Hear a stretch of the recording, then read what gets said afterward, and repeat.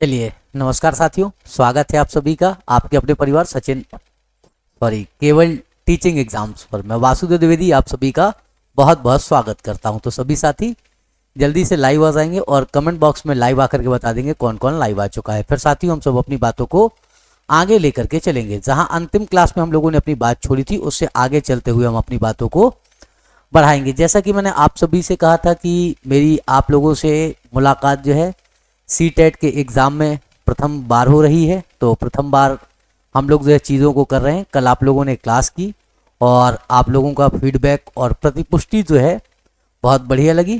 तो आप सभी इसी तरीके से साथ बने रहिए और क्लास को शेयर करना ज़रूर याद रखिए और साथ में चैनल को सब्सक्राइब करना मत भूलिएगा बच्चे, ठीक है। फिर हम लोग अपनी बातों को क्या करते हैं, आगे लेकर के चलते हैं। चलिए एक बार मैं लेखनी देख लूँ क्योंकि लेखनी कहीं पर दिख नहीं रही है। साथियों बस 1 मिनट का मुझे समय दीजिएगा, लेखनी मुझे कहीं पर दिखाई नहीं दे रही है। एक बार मैं ज़रा लेखनी देख लूँ कहाँ पर है, ठीक है। फिर हम लोग अपनी बातों को आगे लेकर के चलेंगे। 1 सेकंड का समय दीजिएगा मुझे, ठीक है।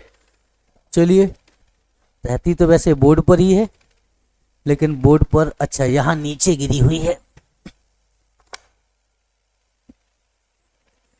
चलिए धन्यवाद साथियों।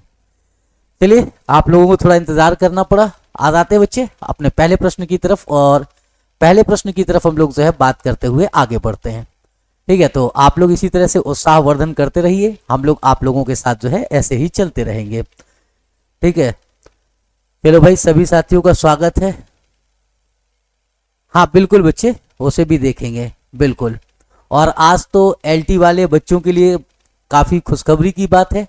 एलटी का मेंस आ गया है तो सभी चीते तैयार रहेंगे और एलटी के मेंस की तिथि जैसा कि मैंने बताया था उसी हिसाब से आपको देखने को मिली है।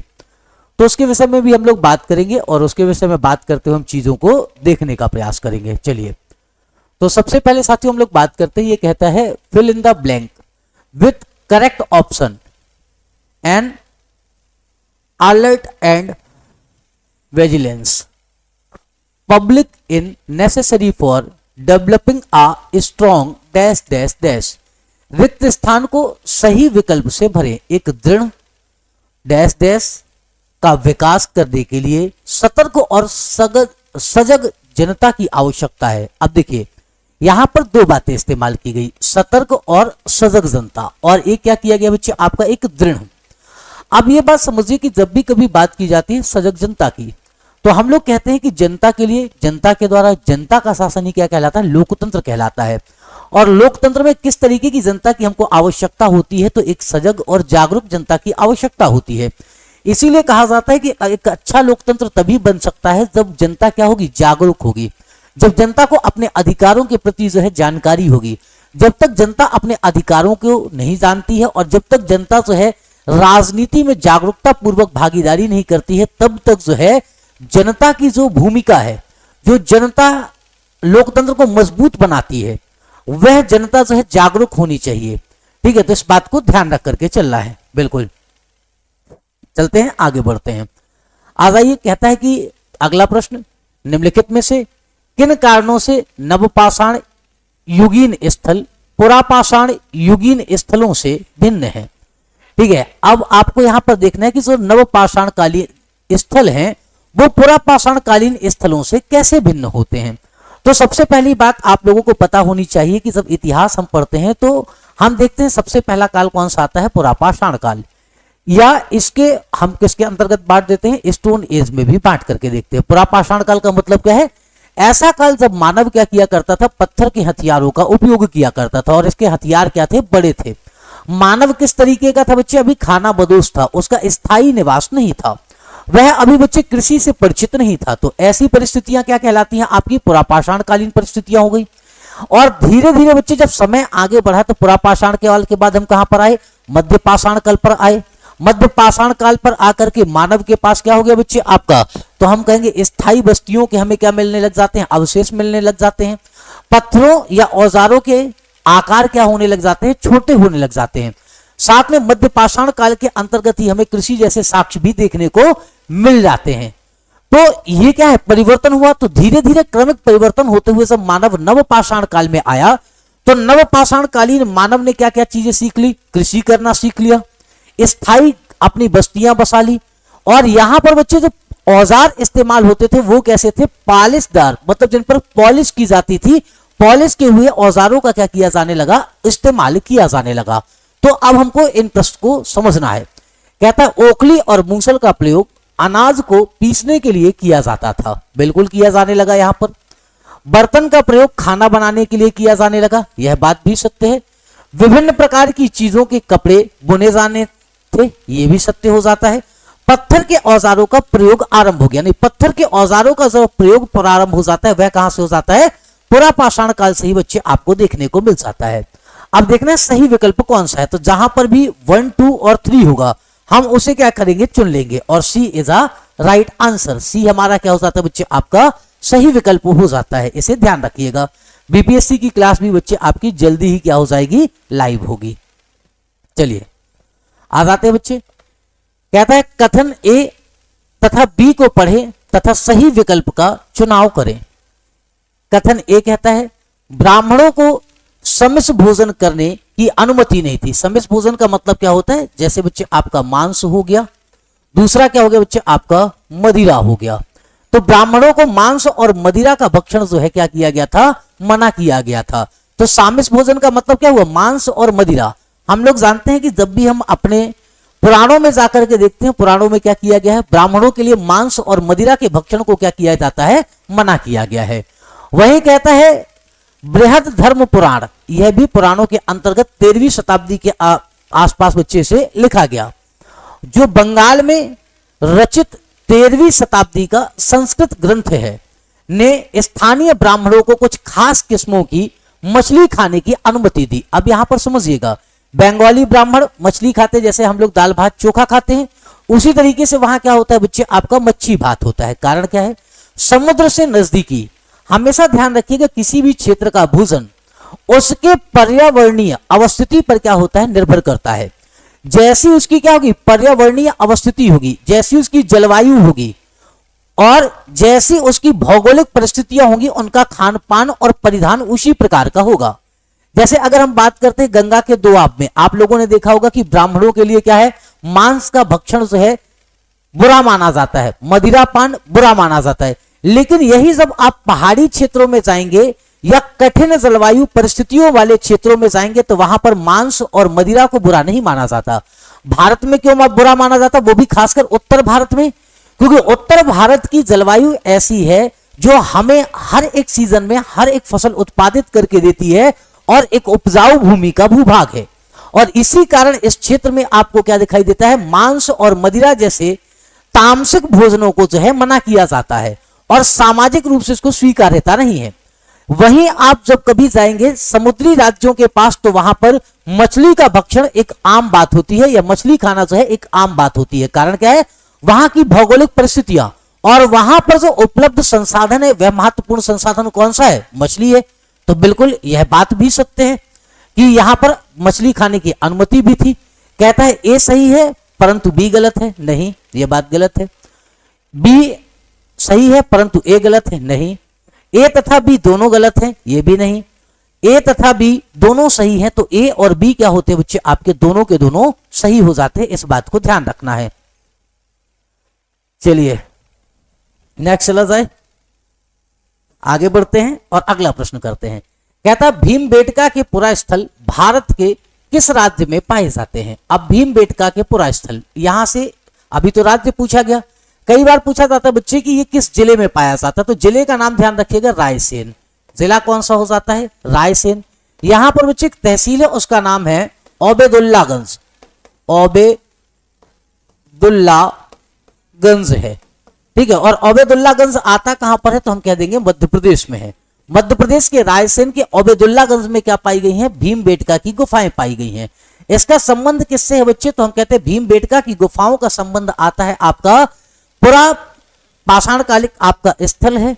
और इस स्थल को अगर आप देखोगे तो यहां से क्या मिले हुए हैं, तो हम कह सकते हैं गुफा चित्र मिले हुए हैं। गुफा चित्र में बच्चे आपको शिकार के दृश्य देखने को मिल जाएंगे, यहां पर आपको प्रजनन के दृश्य देखने को मिल जाएंगे। तो ये सभी दृश्यों को आप कहां पर देख सकते हो, पूरा स्थल है हमारा भीमबेटका, जो मध्य प्रदेश के ओबेदुल्लागंज में अवस्थित है। तो यहां से आपको दिखाई दे जाते हैं। चलते हैं आगे बढ़ते हैं। कहता है निम्नलिखित शुरुआती नगरों में से किस स्थान से कपड़े के टुकड़ों के अवशेष चांदी के एक फूलदान के ढक्कन से चिपके हुए मिले हैं।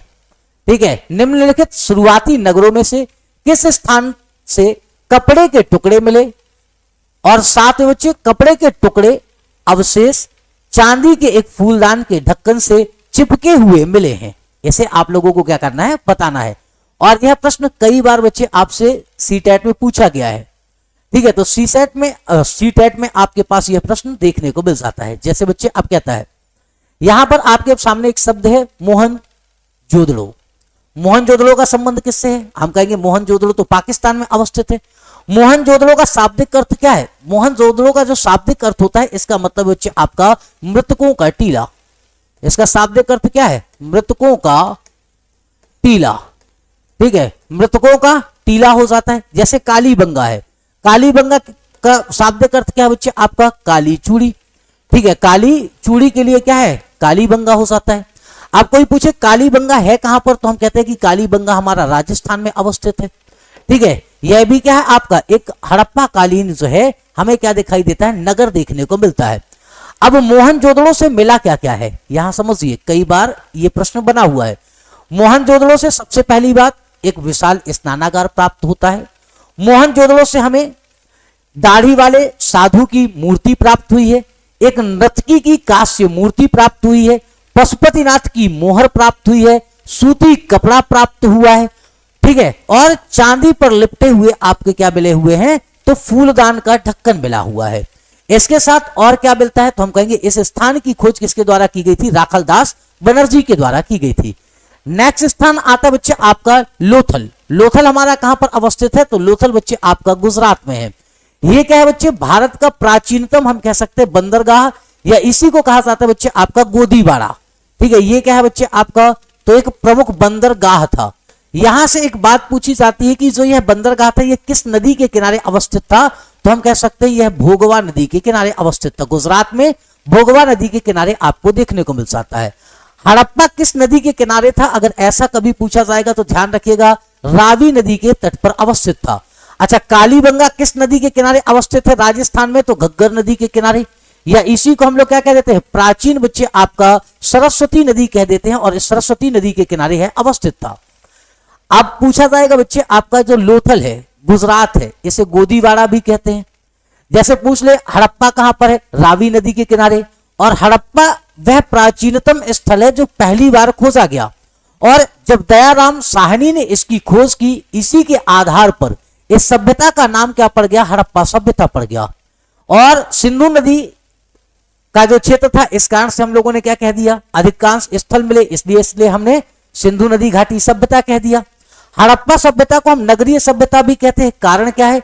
यहां पर हमें एक सुदृढ़ नगर नियोजन देखने को मिला, और इस कारण इसे क्या कहा जाता है? तो इसे हम लोग साथियों कह देते हैं कि यह क्या है? एक नगरीय सभ्यता के रूप में हम लोग इसे जान लेते हैं। जैसे कालीबंगा है, कालीबंगा से क्या मिला हो बच्चे? आपका काली चूड़ी। जूते हुए खेत के प्राचीनतम साक्ष्य कहां से मिलते हैं बच्चे? आपका कालीबंगा से मिलते हैं। यहां से एक और प्रश्न बनता है कि कालीबंगा से और क्या मिला? तो अग्नि वेदिका मिली है। तो अग्नि वेदिका भी कहां से मिलती है हमें? राजस्थान के कालीबंगा से मिलती है।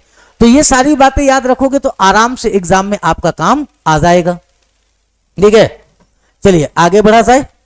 नेक्स्ट आते हैं। कहता है निम्नलिखित में से हड़प्पन मोहर के बारे में कौन सा से कथन सही है? हड़प्पन मोहर के बारे में आपका कौन सा से कथन सही है पूछ रहा। हड़प्पा संस्कृति के लोग पत्थरों से मोहर बनाते थे। ठीक है, आप लोग अभी भी उसी बात पर अटके हुए हो कि सर जहां आप पढ़ा रहे थे क्यों छोड़ा। अभी मैंने क्लास शायद चालू की होगी तो मेरे मुंह से वही पुराना परिवार ही आपका निकल जाता है। ठीक है, अब छोड़ा क्यों? मैंने कल भी आप लोगों को शायद यह बात कही थी कि देखिए, व्यक्ति जीवन में जब साथ चलते हैं तो साथ चलते चलते कभी देखा होगा पति पत्नी के बीच भी बच्चे क्या होता है? मतभेद होता है। ठीक है, मनभेद नहीं होना चाहिए। तो कार्य स्थल पर मतभेद होते रहते हैं और मतों में अंतर होता रहता है और मत भिन्नता चलती रहती है, क्योंकि जब दो भिन्न भिन्न मत आएंगे तब एक अच्छा मत निकल करके सामने आता है। ठीक है, हो सकता है वह अच्छा मत जो है इसी रूप में निकल करके आना था। खैर हमारा कोई ऐसा उद्देश्य भी नहीं था कि अलग होकर के हमें ये शुरुआत करनी है। अब आप ये सोचिए कि पूरा दिन जो है मैं पूरा बैक हैंड से जो है टेक्निकल काम देखता हूँ, मुझे भी उतना टेक्निकल नहीं आता। आपके जो इवेंट लगते हैं, आपकी जो की होती है, ये सब बनाने का काम मेरा रहता है, ये सब मैं बनाता हूँ बैठ करके। आपका जो थंबनेल हो गया, तो थंबनेल के लिए हमारे कुंदन जी हैं, और कुंदन जी से हमने बात की तो उन्होंने कहा कि सर मैं ये चीज़ देख लूँगा, क्योंकि मैं नहीं बना पा रहा था, नहीं तो वो भी जिम्मेदारी मुझे लेनी पड़ जाती। तो खैर वो बात भी ठीक है, चल गई। अब इतना मुझे नहीं आता कि कैसे टैग लगाए जाते हैं, कैसे हैश टैग लगाए जाते हैं और क्या किया जाता है, बाकी सारी चीज़ें नहीं आती। क्योंकि अपने से एक काम आता है कि अपनी पीपीटी बना लो और बढ़िया तरीके से आप जा करके बच्चों को पढ़ा लो। और कौन चाहता है जीवन में जो है, आज मेरी सालगिरह है, आप लोगों को बताऊं, सालगिरह है मेरी, और मैं अपनी सालगिरह के दिन घर में लगभग जगने के बाद से लेकर के अभी तक में बच्चे 1 घंटे का समय दिया होगा मैंने, बाकी सारा समय आप लोगों के लिए ही देता रह गया। जैसे कल के लिए इवेंट बनाना, कल के लिए एक नई योजना बनाना, ये सारा कार्य करता रहता हूं। जैसे बीच बीच में आप लोगों को कमेंट करके पीडीएफ के लिए टेलीग्राम का लिंक देना, ये सब कुछ करता हूं।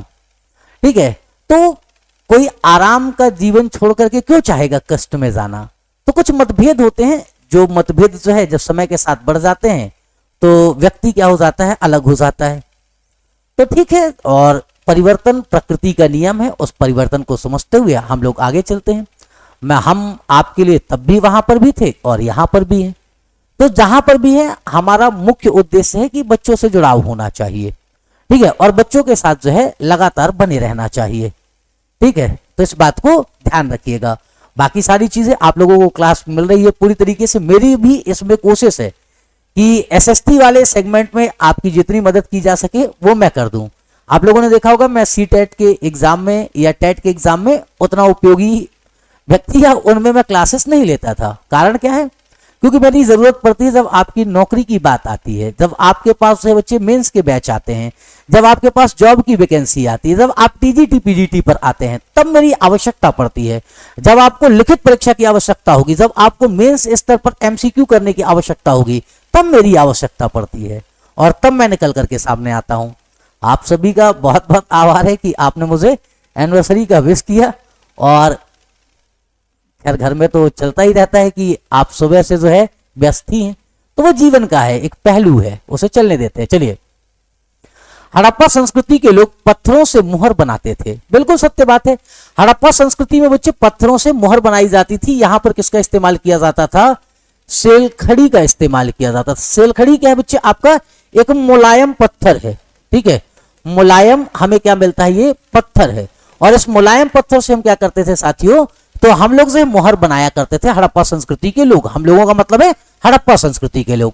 मुहर सामान्यतः गोलाकार होती थी, नहीं गोलाकार नहीं हुआ करती थी, ये आयताकार और वर्गाकार थी। कैसी थी बच्चे, आपका आयताकार, और आयताकार के साथ साथ किस तरीके की थी, वर्गाकार के रूप में आपको देखने को मिलती है। ठीक है, तो आयताकार और वर्गाकार के रूप में थी। मुहर में एक जानवर की आकृति गढ़ी होती थी। बिल्कुल, मुहर में जानवर की आकृति थी। जैसे हम कह सकते हैं आपका यहां पर देखने को मिल जाएगा एक सींग वाला गैंडा मिल गया। ठीक है, तो यहां पर एक सींग वाला, जैसे सींग वाला गैंडा आपको देखने को मिल गया, बैल दिख गया, बाघ दिख गया। तो यहां पर ये सारी चीजें देखने को मिलती है। जैसे गैंडा हो गया, और गैंडा ध्यान रखिएगा कौन सा है, सींग वाला। ठीक है, ये बात भी ध्यान रखना कि सींग वाला आपका क्या है, गैंडा। यहीं पर बच्चे आपको इन आकृतियों में बाघ देखने को मिलता है। तो बाघ की भी आकृतियां इस पर क्या की गई थी, उकेरी गई थी। साथ में यहां पर बच्चे बैल की भी आकृति आप लोगों को देखने को मिलती है। तो इसमें हम कह देंगे दूसरा तो गलत है।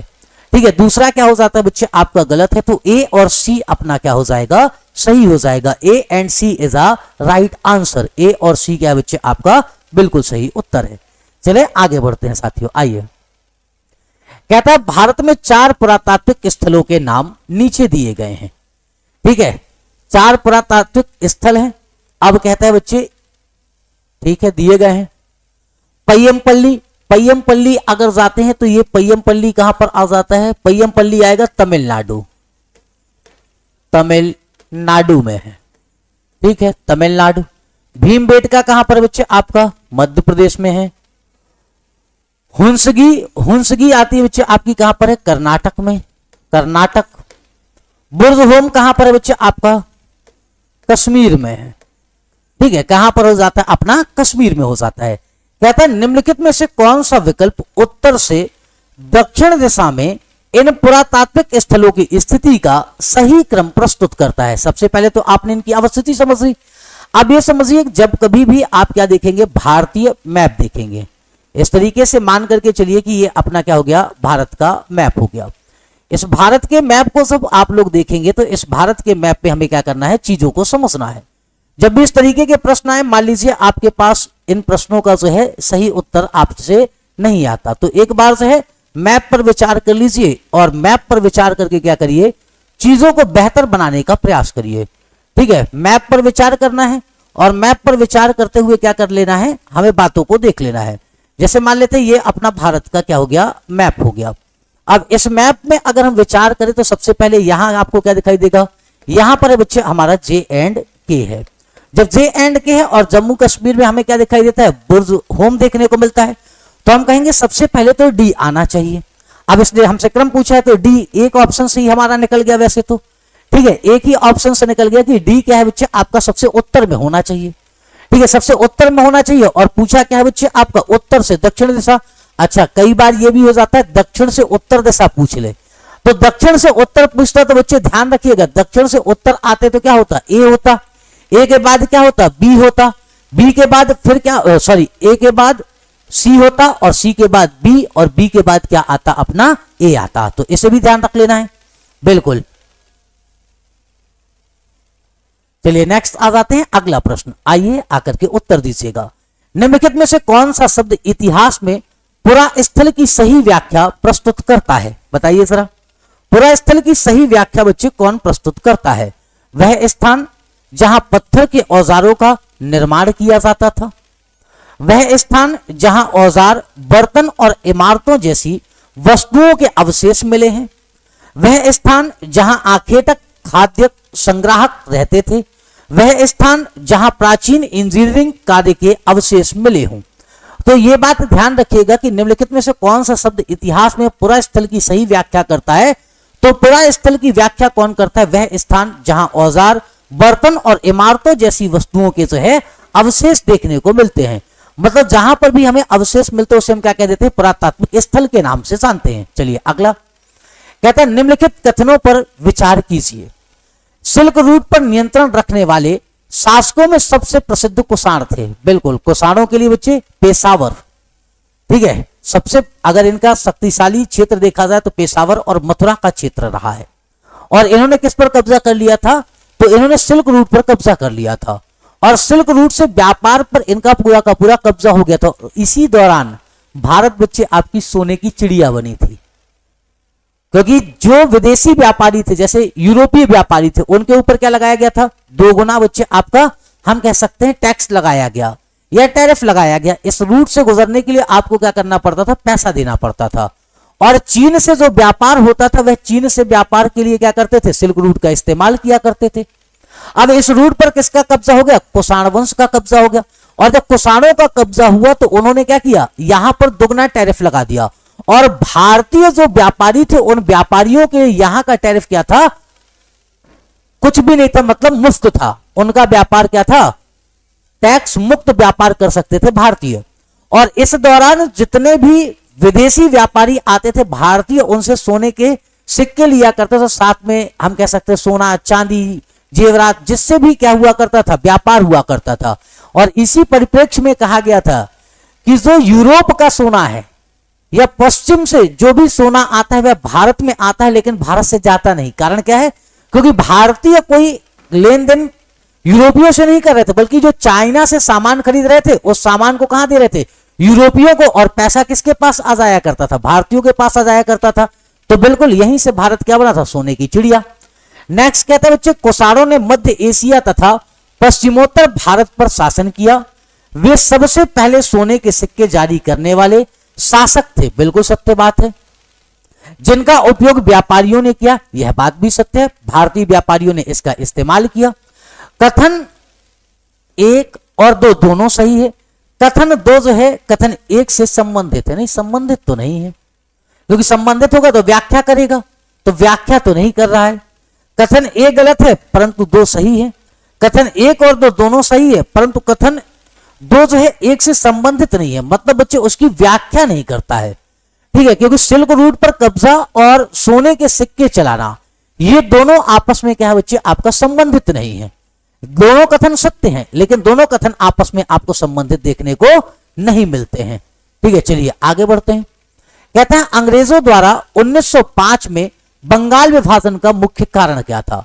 अंग्रेजों द्वारा जो 1905 में बंगाल विभाजन किया गया, जैसे आप लोग जानते हो लागू कब हुआ है, कभी लागू होने की डेट आ जाए तो याद रखिएगा बच्चे, लागू किया गया था 16 अक्टूबर के दिन। 16 अक्टूबर 1905 को इसे क्या कर दिया गया, लागू कर दिया गया। ठीक है, और लागू करने वाला व्यक्ति कौन है बच्चे, तो लॉर्ड कर्जन था। वायसराय कौन था यह भी पूछा जाता है, लॉर्ड कर्जन का नाम ध्यान रखिएगा, लॉर्ड कर्जन ने इसे लागू किया था। और इसका प्रमुख कारण क्या था, जो बंगाल की राष्ट्रीयता थी वह बंगाली राष्ट्रीयता भारतीय राष्ट्रीयता का रूप धारण कर रही थी, जिससे ब्रिटिशर्स को डर था। और बंगाली राष्ट्रीयता या भारत के बढ़ते हुए राष्ट्रवाद को कमजोर करने के उद्देश्य से ब्रिटिश ने क्या किया, बंगाल का विभाजन कर दिया। किस रूप में, पश्चिमी बंगाल और पूर्वी बंगाल के रूप में उसका विभाजन कर दिया। जैसे ये पूरा का पूरा बंगाल था, एक तरफ बना दिया गया बच्चे आपका पश्चिम बंगाल, यहां पर बंगाल हो गया, जैसे बंगाल मान लेते हैं, या पश्चिमी बंगाल, इसी में बच्चे आपका बिहार, और साथ में से है बच्चे आपका उड़ीसा, इनको मिलाकर के क्या बना दिया गया, पश्चिम बंगाल बना दिया गया। ये क्या बन गया, पश्चिम बंगाल बन गया।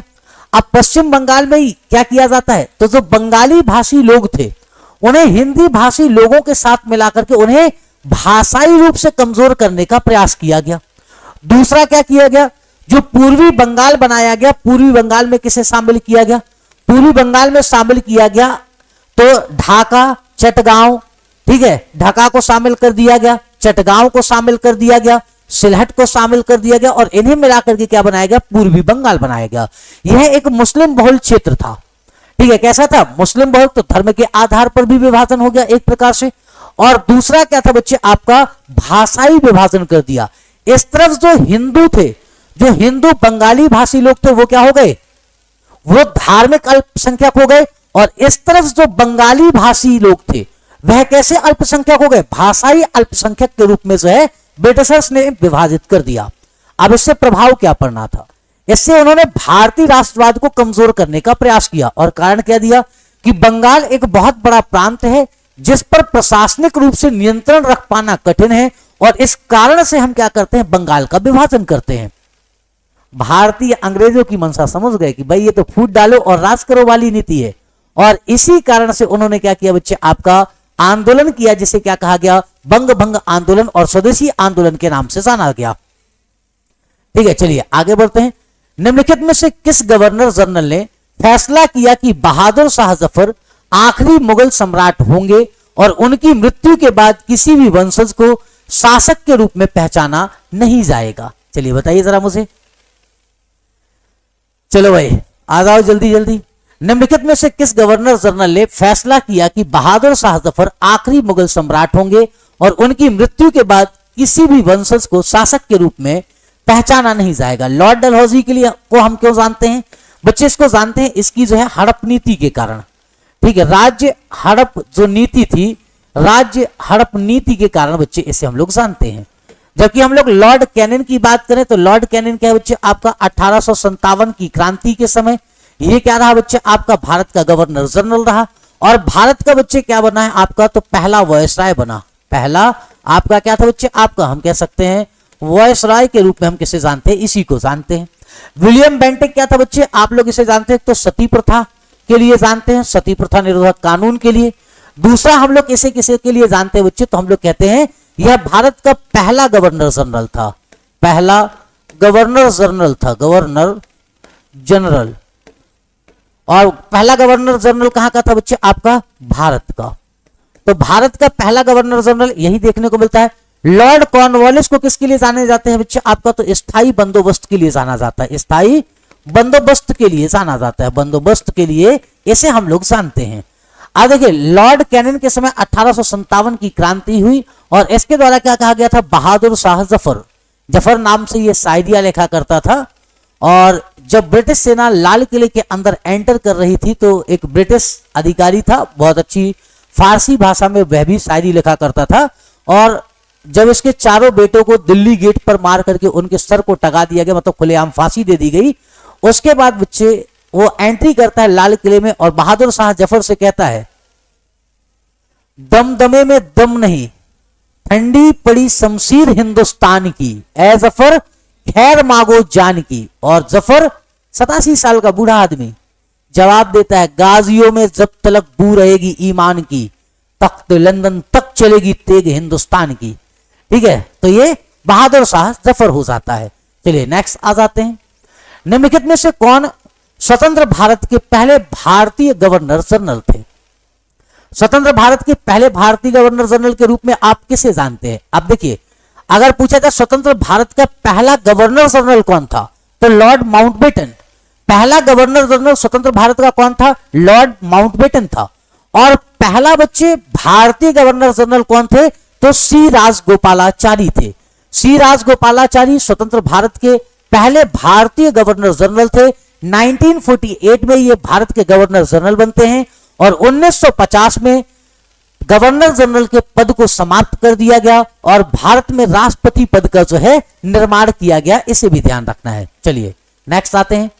भारतीय राष्ट्रीय कांग्रेस के गरम दल के नेताओं के संदर्भ में निम्नलिखित में से कौन से कथन सही नहीं है? ठीक है, किसके विषय में पूछ रहा है? भारतीय राष्ट्रीय कांग्रेस के गरम दल के नेताओं के संदर्भ में निम्नलिखित में से कौन से कथन सही नहीं है? अब गरम दल के नेता कैसे थे? उन्होंने नरम दल की यह कहकर आलोचना की कि वे नरम दल प्रार्थना की राजनीति करते हैं।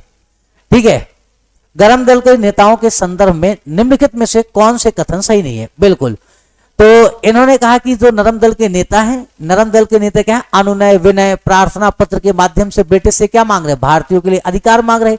अरे भारतीय इतने भले ब्रिटिश इतने भले थोड़ी हैं जो हमें अनुनय विनय और पत्राचार के माध्यम से हमारे अधिकारों को दे देंगे? नहीं देंगे। तो इसलिए उन्होंने क्या किया था? नरम दल के लोगों की आलोचना की थी। यह बात बिल्कुल सत्य है। ठीक है, तो गरम दल वालों ने नरम दल वालों की आलोचना की थी, यह बात सत्य हो जाती है। कहते हैं उन्होंने आत्मनिर्भरता और रचनात्मक कार्यों पर महत्व और जोर दिया। बिल्कुल, लाल बाल और पाल। ठीक है, गरम दल में सबसे प्रमुख नेता कौन है? लाल बाल और पाल। लाला हरदयाल, बाल गंगाधर तिलक और विपिन चंद्र पॉल। ये क्या है बच्चे? आपके 3 महत्वपूर्ण नेता हैं। और इन्होंने इस आधार पर क्या किया था? नरम दल की आलोचना की। इन्होंने रचनात्मक कार्यों और आत्मनिर्भरता पर महत्व दिया और भारतीयों को जो है उनके गौरव से परिचित कराने का प्रयास किया। वे सोचते थे कि अंग्रेज स्वतंत्र एवं न्याय का आदर करते। नहीं बच्चे, ये नहीं सोचा करते थे। क्यों? क्योंकि इनका मानना था कि ब्रिटिश क्या है? ब्रिटिश हमारा शोषण कर रहे हैं और ब्रिटिश जो है न्यायप्रिय लोग नहीं है। अगर न्यायप्रिय लोग होते तो जैसा नरम दल वाले सोचा करते थे कि ब्रिटेन में क्या है? ब्रिटेन में बच्चे ब्रिटिश रूल चल रहा है। दादा भाई नेरोजी ने कहा भी है कि भारत में क्या है? ब्रिटिश के द्वारा अन ब्रिटिश रूल स्थापित किया गया। अर्थात क्या? ब्रिटेन में लोगों के पास स्वतंत्रता है, लोगों के पास अधिकार है, लेकिन भारत में लोगों के पास स्वतंत्रता और अधिकार नहीं है। क्यों? क्योंकि ब्रिटिश द्वारा भारत में क्या चलाया जा रहा है? अन ब्रिटिश रूल चलाया जा रहा है। यह बात कही। वे मानते थे कि लोगों को अपने स्वराज के लिए अवश्य लड़ना चाहिए। बिल्कुल, गरम दल वाले यह माना करते थे कि अगर आपको अपना स्वराज चाहिए, स्वयं का शासन चाहिए, तो उसके लिए आपको क्या करना पड़ेगा? लड़ाई लड़नी पड़ेगी।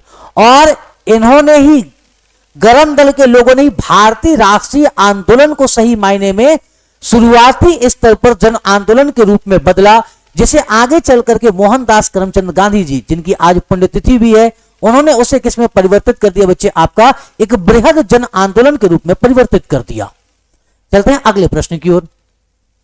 कहता स्वदेशी आंदोलन अंग्रेजी शासन के विरोध में उत्पन्न एवं निम्नलिखित विचारों को प्रोत्साहित किया।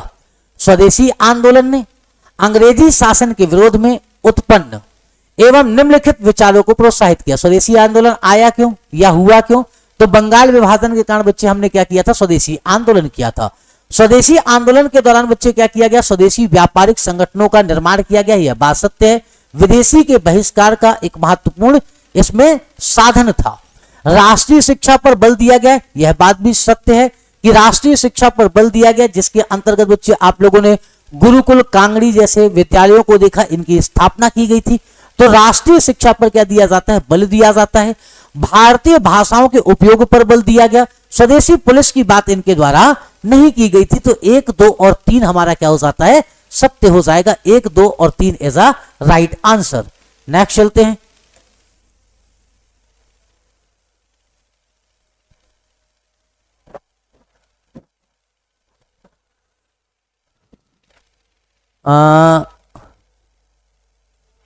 माहिया यादव जी, माहिया दव, अच्छा उम्मीद है आप हमको जानते होंगे, बिल्कुल जानते हैं बच्चे, ठीक है,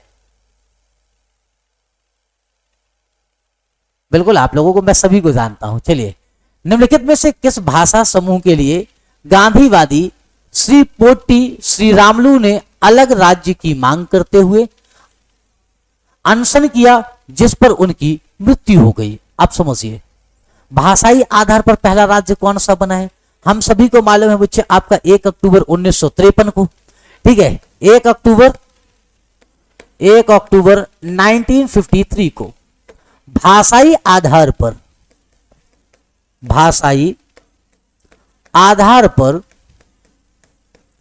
गठित होने वाला आंध्र प्रदेश पहला राज्य था। आंध्र प्रदेश क्या था बच्चे, आपका पहला राज्य था भाषाई आधार पर। और पोटी श्री रामलू किसके लिए लड़ रहे थे, तेलुगु भाषी लोगों के लिए। और भाषाई आधार पर गठित होने वाला बच्चे आपका क्या हो जाता है, हम कहेंगे आंध्र प्रदेश जो है पहला राज्य बना। कहां से अलग हुआ, मद्रास प्रेसिडेंसी से अलग होकर के बच्चे एक अलग राज्य के रूप में निर्मित होता है। तो इसे ध्यान रखना है। चलिए आगे बढ़ते हैं। कहता है इनमें से क्या दिन एवं रात तथा ऋतुओं में परिवर्तन संभावित करता है, इनमें से क्या दिन एवं रात तथा ऋतुओं में परिवर्तन संभावित करता है। तो सबसे पहली बात समझिए, दिन और रात किस कारण से होते हैं, दिन और रात बच्चे आपका पृथ्वी का अपने अक्ष पर घूर्णन करने के कारण क्या होता है, दिन और रात होते हैं। ठीक है, दिन रात किसके कारण होते हैं, तो ध्यान रखिएगा, पृथ्वी के अपने अक्ष पर बच्चे घूर्णन के कारण क्या होता है, दिन और रात होते हैं। जबकि जो ऋतु परिवर्तन होता है, जो मौसम में चेंजेस होते हैं, या हम कह सकते हैं कि मौसम में होने वाले जो परिवर्तन, मौसम में होने वाले परिवर्तन है, उसका कारण क्या है, परिक्रमण। जैसे हम मंदिर में जाते हैं ना, परिक्रमण करते हैं, इसी तरीके से पृथ्वी क्या करती है, सूर्य के चारों तरफ बच्चे एक दीर्घ वृत्ताकार पथ में जो है परिक्रमण करती है। और पृथ्वी के सूर्य के एक दीर्घ वृत्ताकार पथ पर जो है परिक्रमण करने के कारण ही क्या होता है, ऋतुओं में परिवर्तन होता है। इसे ध्यान रखना है। तो कहता है क्रमशः पृथ्वी के घूर्णन और परिक्रमण, बिल्कुल पृथ्वी के घूर्णन के कारण क्या होता है, दिन और रात होता है। और फिर बच्चे परिक्रमण के कारण क्या होता है, ऋतुओं में परिवर्तन होता है। क्रमशः पृथ्वी के परिक्रमण नहीं, परिक्रमण से क्या होता है बच्चे, ऋतु परिवर्तन होता है। और घूर्णन से क्या होता है, दिन और रात होती है। सिर्फ पृथ्वी का घूर्णन, तो सिर्फ पृथ्वी का अगर घूर्णन कहेगा तो इससे क्या परिवर्तन होता है, तो दिन और रात होते हैं। सिर्फ पृथ्वी का परिक्रमण, तो पृथ्वी के परिक्रमण के कारण बच्चे क्या होता है, दिन और रात की अवधि कम और अधिक होती है। तथा ऋतुओं में परिवर्तन किसके कारण होता है, तो पृथ्वी के सिर्फ और सिर्फ हम कह सकते हैं परिक्रमण के कारण होता है। इस बात को ध्यान रख लेना है। चलिए नेक्स्ट चला जाए, अगले प्रश्न पर आते हैं। पृथ्वी अपने अक्ष पर 1 घंटे में कितने डिग्री कोण घुमाती है। ठीक है, पृथ्वी अपने अक्ष पर 1 घंटे में कितने डिग्री कोण घूमती है, पूछ रहा। अब हमें मालूम होना चाहिए कि बिटवीन 2 लॉन्गिट्यूड, 2 अक्षांश रेखाओं के मध्य की दूरी कितनी होती है बच्चे आपका, हम कहेंगे सर 4 मिनट की होती है। अच्छा अक्षांश देशांतर रेखाएं, अच्छा देशांतर रेखाएं खींची क्यों गई ग्लोब पर, हमें मालूम होना चाहिए कि पृथ्वी अपने अक्ष पर अपना एक चक्कर पूरा करने पर या एक बार पूरा घूमने पर, जैसे मैं यहां पर खड़ा हूं और मैं क्या करूं, अपने एक्सिस पर खड़ा क्या करूं, घूम जाऊं गोल गोल, उसमें जो समय लगा, पृथ्वी कितना घूमी बच्चे आपका 360 डिग्री। 360 डिग्री घूमने में कुछ समय लगा होगा, तो पृथ्वी को बच्चे 360 डिग्री, ठीक है, पृथ्वी 360 डिग्री अपने एक्सिस पर कितने मिनट में घूमती है, हम कह सकते हैं 40 मिनट का बच्चे आपका लगभग समय लेती है।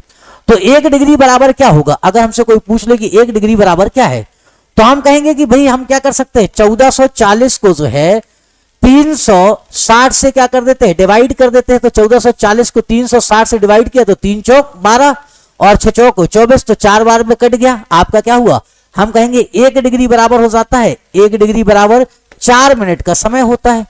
अब पृथ्वी कितना घूम रही है, 15 डिग्री घूम रही है, तो 15 को हम क्या करेंगे, 4 से मल्टीप्लाई कर देंगे। 1 घंटे में कितना बच्चे, आपका 15, तो 15 चौके क्या हो जाएगा बच्चे, आपका 60, और 60 मिनट का मतलब क्या होता है बच्चे, पृथ्वी हम कह सकते हैं 1 घंटे में जो है 15 डिग्री घूम जाती है। ठीक है, इस बात को ध्यान रखिएगा। चलो नेक्स्ट आ जाते हैं। कहता है चंद्रमा के बारे में निम्नलिखित कथनों को पढ़िए। ठीक है, चंद्रमा के बारे में निम्नलिखित कथनों को पढ़ना है। पृथ्वी से हमें चंद्रमा का केवल एक ही भाग दिखाई पड़ता है। अभी आप लोगों ने देखा होगा चंद्रयान 2 को, और उसमें न्यूज चैनल में भी देखा होगा, कई बार जब बातें आ रही थी, कई लोग चंद्रमा पर पहुंच गए थे, भारत के कई पत्रकार पहुंच गए थे, सीधा चांद से ही रिपोर्टिंग कर रहे थे। चांद के नीचे तो अपने यहाँ का पत्रकार वैसे भी बात नहीं करता है, जब कहीं युद्ध होता है तो वो वहां पर भी पहुंच जाता है। तो इसी तरीके से बच्चे क्या है, चंद्रमा का हमें केवल एक ही भाग दिखाई देता है। और अभी हमने क्या किया था, चंद्रयान 2 के अंतर्गत जो है चंद्रमा के दक्षिणी ध्रुव पर क्या किया था, एंटर किया था। इसका कारण क्या है, चंद्रमा बच्चे अपने एक्सिस पर अपना एक चक्कर पूरा करने में, मतलब जैसे यहां पर मैं खड़ा हूं और अपने एक्सिस पर एक बार गोल घूम जाऊं, एक चक्कर पूरा करने में लगभग जो चंद्रमा को समय लगता है वो 27.3 डेज का समय लगता है। ठीक है, चंद्रमा के अपने एक्सिस पर जो घूर्णन का समय है बच्चे वो कितना है, तो हम कहेंगे 27.3 दिन है। और ठीक इतना ही दिन वो किसके लिए लेता है बच्चे, आपका परिक्रमण के लिए भी लेता है। अर्थात पृथ्वी के चारों ओर अपना एक चक्कर पूरा करने में भी चंद्रमा कितना समय लेता है, लगभग जो है 27.3 दिन का समय लेता है। और इसी कारण से हमें चंद्रमा का एक ही भाग देखने को मिलता है, हम चंद्रमा के दक्षिणी गोलार्ध को नहीं देख पाते हैं। ठीक है, हम किसे देखते हैं, हम चंद्रमा के जो उत्तरी गोलार्ध को देखते हैं। और अभी तक जो मिशन गए थे वो कहां गए थे, उत्तरी गोलार्ध पर गए हुए थे। तो चंद्रमा को अपने अक्ष पर घूमने तथा पृथ्वी के चारों ओर चक्कर लगाने में लगभग एक जैसा समय लगता है। बिल्कुल सत्य बात है। और यही कारण है कि चंद्रमा का हमें पृथ्वी से सिर्फ एक भाग दिखाई देता है और चंद्रमा का दक्षिणी ध्रुव हमें देखने को नहीं मिलता है। तो ए और आर दोनों सही है और बी सही व्याख्या करता है ए की, यह बात भी ध्यान रखिएगा। बिल्कुल ठीक है, चलिए भाई नेक्स्ट चलते हैं, अगला आते हैं। कहता है सूर्य पूर्व में उदय होता है क्योंकि, सूर्य पूर्व में उदय होता है क्योंकि, बताइए जरा, सूर्य पूर्व में क्यों उदित होता है? पृथ्वी पूर्व से पश्चिम की ओर चक्कर लगाती है, इस कारण से। पृथ्वी पश्चिम से पूर्व की ओर चक्कर लगाती है, इस कारण से। पृथ्वी अपने अक्ष पर झुकी हुई है, इस कारण से। पृथ्वी का चक्कर 24 घंटे लेता है, इसलिए। अब देखो, पृथ्वी अपने अक्ष पर झुकी हुई है, इससे क्या होता है बच्चे, आपका जो सूर्य तप का वितरण है, ठीक है, और साथ में ऋतुओं का जो परिवर्तन है, जो दिन रात की अवधि में परिवर्तन होते हैं, ये सब कारणों पर बच्चे है एक महत्वपूर्ण योगदान देती है। लेकिन पृथ्वी क्योंकि क्या करती है, अपने एक्सिस पर बच्चे टुवर्ड वेस्ट टू ईस्ट क्या करती है, रोटेट करती है। और वेस्ट टू ईस्ट रोटेट करने के कारण ही हम क्या कहते हैं कि सूर्य हमें किस दिशा में दिखाई देता है बच्चे, आपका पूर्व की दिशा में देखने को मिल जाता है। इस बात को भी ध्यान रखना है। चलिए अगला प्रश्न आते हैं। कहता है असंख्य छोटे पिंड जो सूर्य का चक्कर लगाते हैं तथा मंगल व बृहस्पति ग्रह की कक्षाओं के बीच पाए जाते हैं, वे कहलाते हैं। असंख्य छोटे पिंड जो सूर्य का चक्कर लगाते हैं तथा मंगल व बृहस्पति की कक्षाओं में पाए जाते हैं। यहां से आपके दो प्रश्न हो गए। पहला प्रश्न क्या हुआ, पहला तो प्रश्न यही आ गया कि भाई आपसे जब पूछ लिया जाएगा कि अगर यह पूछ लिया जाए कि क्षुद्र ग्रह किन दो ग्रहों के मध्य पाए जाते हैं, या क्षुद्र ग्रह की जो आपकी पट्टी है वो कहां पर दिखाई देती है, हम कह देंगे मंगल और बृहस्पति की कक्षा के बीच में क्या पाया जाता है, क्षुद्र ग्रहों की बच्चे आपकी क्या पाई जाएगी, एक पेटी, मतलब एस्ट्रॉइड्स पाए जाएंगे। मंगल व बृहस्पति की कक्षाओं के बीच पाए जाते हैं, वो क्या कहलाते हैं बच्चे, आपका क्षुद्र ग्रह कहला जाते हैं। ठीक है, इस बात को ध्यान रखिएगा। तो ये क्या है, चलिए धन्यवाद है भाई। 15,000 सब्सक्राइबर आप लोगों ने पहुंचा दिया, ये भी ठीक है। ठीक है, तो हम क्या कह देते हैं बच्चे आपका कि हमें क्या पाए जाते हैं, एस्ट्रॉइड्स पाए जाते हैं, क्षुद्रग्रह पाए जाते हैं। ठीक है, तो ये आपको देखने को मिल सकता है। क्लियर है? चलो भाई धन्यवाद है, सेशन को शेयर भी कर दिया करो। ठीक, चलिए अगला आ जाते हैं। कहते हैं बच्चे यदि 60 डिग्री पश्चिमी देशांतर पर 10 बजे पूर्वान है तो ग्रीनविच पर क्या समय होगा? ठीक है, बताओ जल्दी से आकर के। चलो भाई, हाँ सेशन को कभी कभी शेयर कर दिया करो। कहता है यदि 60 डिग्री पश्चिमी देशांतर पर 10 बजे पूर्वान मतलब AM है तो ग्रीनविच पर क्या समय होगा? अब यहां पर आपको एक बात समझनी है, ये बच्चे अपना क्या है 0 डिग्री है, और 0 डिग्री को हम लोग क्या कहते हैं, GMT कहते हैं। 0 डिग्री क्या है बच्चे आपका ग्रीनविच मीन टाइम लाइन है। अब ग्रीनविच मीन टाइम लाइन से अगर हम कहां की तरफ जाते हैं, टुवर्ड ईस्ट की तरफ जाते हैं, तो टुवर्ड ईस्ट की तरफ हम जाने पर क्या करते हैं, टाइम में बच्चे अपन जो है प्लस करते हैं। वहीं अगर हम GMT से टुवर्ड कहां की तरफ जाते हैं, वेस्ट की तरफ जाते हैं, तो हम टाइम में बच्चे क्या करते हैं, वेस्ट की तरफ जाने पर हम कहते हैं कि टाइम में हम जो है माइनस करते हैं। क्लियर है ये बात? ये बात ध्यान रखिएगा। अब बच्चे दोनों बातों को समझना है कि एक डिग्री के मध्य कितने मिनट का अंतर होता है, तो हम कहेंगे 1 डिग्री में जो है 1 डिग्री का समय अंतराल पूरा करने में पृथ्वी को जो है 4 मिनट का समय लगता है। कितने मिनट का समय लगा? 4 मिनट का समय लगा। अब कह रहा बच्चे आपका 60 डिग्री और 0 डिग्री, तो यहां से अगर हम चलना चालू करते 0 से 60, तो 60 को आप क्या करिए, गुणा कर दीजिए। किससे करना है? 4 से गुणा करना है, तो 6 चौके 24, तो कितना हो गया बच्चे आपका 240 मिनट। और अगर इसे हम आवर में कन्वर्ट कर दे तो आवर में कितना हो जाएगा, हम कहेंगे 6 चौको 24।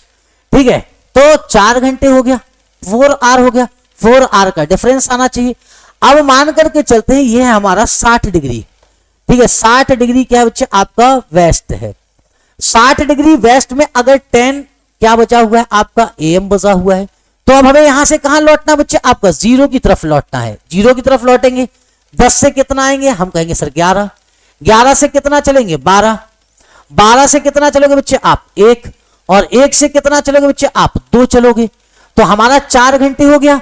तो हम क्या कहेंगे बच्चे आपका लगभग आपका 2 PM समय हो रहा होगा। यहां पर कितना समय होगा, 2 PM समय होगा, और यह आपको क्या दिखाई दे जाएगा 2 बजे अपराह्न, या हम कह सकते हैं 2 PM बजा होगा आपका 0 डिग्री पर। इसे ध्यान रख लेना है।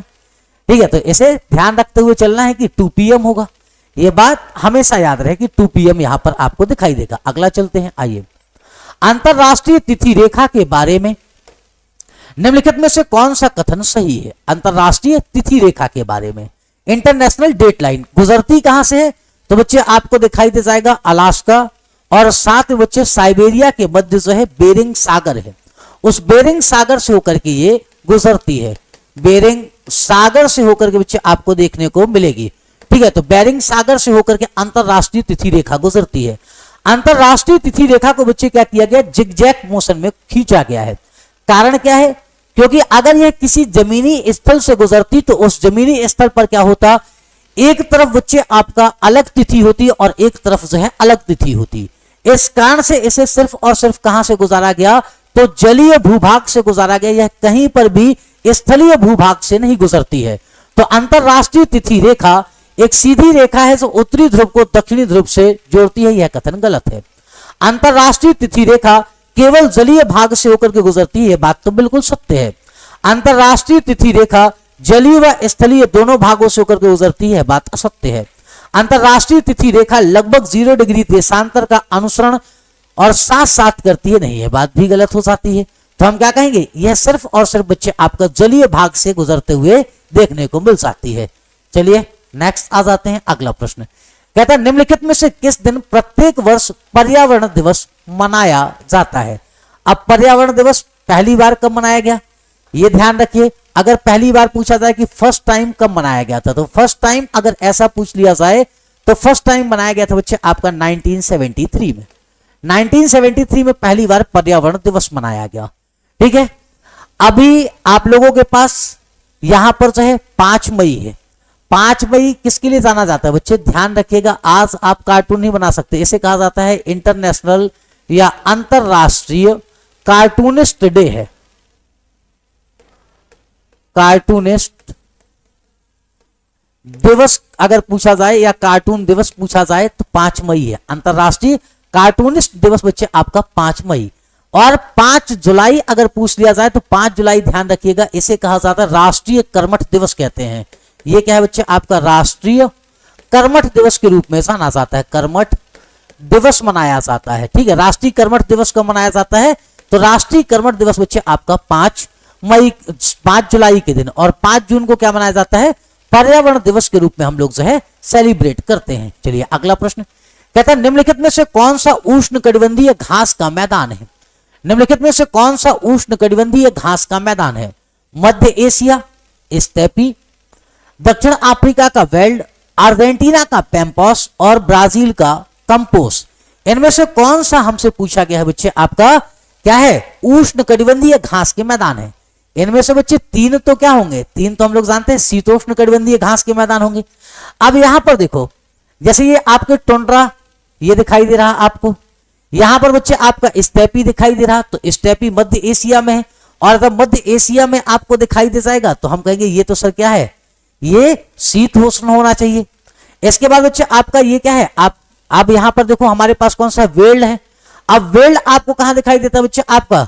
ये हमें दक्षिण अफ्रीका में दिखाई देता है। दक्षिण अफ्रीका के घास के जो मैदान है अफ्रीकी, इन्हें क्या कहा जाता है बच्चे आपका? वेल्ड कहा जाता है। और वेल्ड कैसे है? ये भी शीतोष्ण है। इसके बाद बच्चे आ जाते हैं अर्जेंटीना का पैम्पॉस।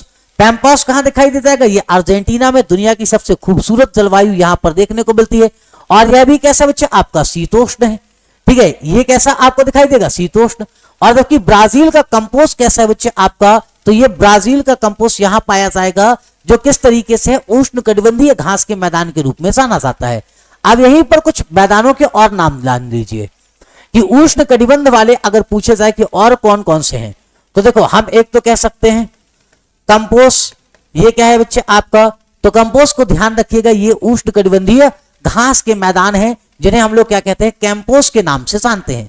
नेक्स्ट आ जाए बच्चे तो हम लोग क्या कह सकते हैं? अभी हमने देखा सवाना घास के मैदान कैसे है? उष्णकटिबंधीय घास का मैदान है ये सवाना, मध्य अफ्रीका में आपको दिखाई दे जाएगा।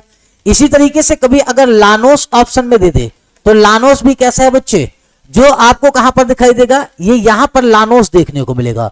लानोस बच्चे आपका वेनेजुएला, और वेनेजुएला के बाजू में कोलंबिया। वेनेजुएला और कोलंबिया में क्या है? लानोस घास के मैदान है। जो किस तरीके के घास के मैदान है? उष्णकटिबंधीय घास के मैदान के रूप में जाने जाते हैं। इसी तरीके से बच्चे ब्राजील में एक और पाया जाता है सेराडो, ठीक है। सेराडो इसका नाम ध्यान रख लीजिएगा, यह भी क्या है? उष्णकटिबंधीय घास का मैदान है। साथ में बच्चे ऑस्ट्रेलिया जाओगे तो सेरेनगेटी आपको दिखाई दे जाएगा, ठीक है। सेरेनगेटी ये कहां पर है बच्चे आपका? ये है ऑस्ट्रेलिया में। ये सेरेडो कहां पर है बच्चे आपका? तो ये ब्राजील में है, पूछा जाएगा, ठीक है। अब यहां पर लानोस को अगर पूछ लिया जाए तो हम कह देंगे वेनेजुएला, ठीक है। वेनेजुएला में हो गया। सवाना कहां पर है बच्चे आपका? मध्य अफ्रीका में देखने को मिलेगा, इसे ध्यान रखिएगा। कैंपोस कहां पर है बच्चे? तो ब्राजील में है, ये तो हमें पता ही है। इसको ध्यान रख करके चलना है, क्लियर रहेगा। तो ये इंपॉर्टेंट हो जाता है। चलो नेक्स्ट आ जाते हैं अगला।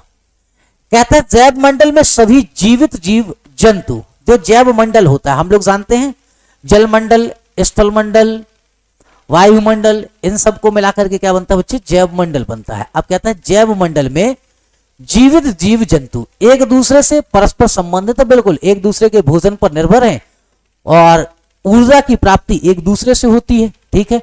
पर निर्भर नहीं, एक दूसरे से बच्चे हम लोग जो है एक दूसरे पर निर्भर भी हैं, एक दूसरे पर परस्पर निर्भर हैं पर संबंधित नहीं, निर्भर भी हैं और संबंधित भी हैं। ना तो एक दूसरे से परस्पर संबंधित है ना तो निर्भर है, नहीं, परस्पर एक दूसरे से बच्चे हम संबंधित भी हैं और परस्पर एक दूसरे पर हम क्या है बच्चे आपका निर्भर भी हैं। तो उत्तर क्या हो जाएगा हमारा? डी हो जाएगा, इसे ध्यान रखना है। चलिए नेक्स्ट आ जाते हैं। निम्नलिखित कथनों ए तथा बी को पढ़ें। विभिन्न जलवायु दशाओं के चलते भारत में प्राकृतिक वनस्पतियों में काफी भिन्नता पाई जाती है। बिल्कुल सत्य बात है कि भारत में अलग अलग क्या है? जलवायु है और जलवायु दशाएं पाई जाती हैं अलग अलग क्षेत्रों में, जैसे हिमालयी क्षेत्र में, जैसे रेगिस्तान अगर देखा जाए राजस्थान के क्षेत्र में, जैसे मध्य भारत के क्षेत्र में, जैसे हम लोग देखें कहां पर तटीय क्षेत्रों में, और इसी तरीके से पूर्वोत्तर भारत में देखें तो हमारे यहाँ क्या है बच्चे, वनस्पतियों की विविधता पाई जाती है। क्यों? क्योंकि जलवायु विविधता के कारण जो है बच्चे यह अंतर हमें देखने को मिलता है। दूसरा कहता है बच्चे कि किसी क्षेत्र विशेष की प्राकृतिक वनस्पति केवल वहां पर होने वाली वर्षा पर निर्भर करती नहीं, वर्षा और जलवायु, वर्षा हो गया, जलवायु हो गया, भूमि की ढाल हो गई, मिट्टी हो गई, ये सभी चीजें क्या करती है, उस क्षेत्र में पाई जाने वाली वनस्पति को जो है प्रभावित करती है। वनस्पति को वर्षा की मात्रा, तापमान, और साथ में बच्चे वहां की मृदा और वहां की भूमि की बनावट या उसका उच्चावच हम उसे कह सकते हैं, ये सभी क्या करते हैं, उस क्षेत्र में पाई जाने वाली बच्चे आपका वनस्पति को प्रभावित करते हैं। तो हम कहेंगे केवल ए क्या हो जाएगा, अपना सही हो जाएगा। तो ओनली ए विकल्प अपना क्या है बच्चे, सही है, इसे ध्यान रखना है। चलो आगे बढ़ो, नेक्स्ट आइए। पवनों के बारे में दिए गए कथनों को पढ़िए तथा उपयुक्त विकल्प का चुनाव कीजिए। ठीक है, पवनों के बारे में दिए गए कथनों को पढ़िए तथा उपयुक्त विकल्प का चुनाव कीजिए। पवन का नाम उसके जाने की दिशा के आधार पर निर्धारित होता है। क्या जाने की दिशा के आधार पर निर्धारित होता है कि आने की दिशा के आधार पर? जाने नहीं होना चाहिए था, यहां पर आने होना चाहिए था। जहां से आती है उस दिशा के आधार पर बच्चे आपका क्या किया जाता है, नाम निर्धारित किया जाता है। पहला कथन तो गलत हो गया, जाने पर नहीं है। पश्चिम से आने वाली पवनों को हम लोग क्या कहते हैं, तो हम लोग जो है पश्चिमी पछुआ पवन कहते हैं। यह बात बिल्कुल सत्य है, क्योंकि यहां पर कौन सा शब्द इस्तेमाल किया है, आने या आती है। मौसमी पवनें विभिन्न ऋतुओं में अपनी दिशा बदल देती हैं। बिल्कुल, जैसे मौसमी पवनों में हमारी कौन सी है, मानसून। मानसून क्या है, monsoon as a progressive wind. Monsoon शब्द कहां से आया, मौसम शब्द से आया, जो अरबी भाषा का शब्द है। और इसका मतलब क्या होता है, ऐसी पवनें जो क्या करती हो बच्चे, आपका ऋतु के अनुसार अपनी दिशा को बदलती है। तो ऋतु के अनुसार अपनी दिशाओं को बदलने, जो बदल देती है, उसे क्या कहा जाता है बच्चे, तो उसे हम लोग कहते हैं मौसमी पवनें। तो यह बात बिल्कुल सत्य है, अपनी दिशा को बदलती रहती है, आवर्ती पवनें कहलाती हैं। सॉरी, ठीक है, या प्रोग्रेसिव विंड के रूप में हम लोग इसे जानते हैं। तो हमारा क्या हो जाएगा, बी और सी सही है और ए क्या है बच्चे आपका गलत है। बी और सी सही है। क्लियर रहेगा। चलिए आगे बढ़ते हैं, नेक्स्ट आइए।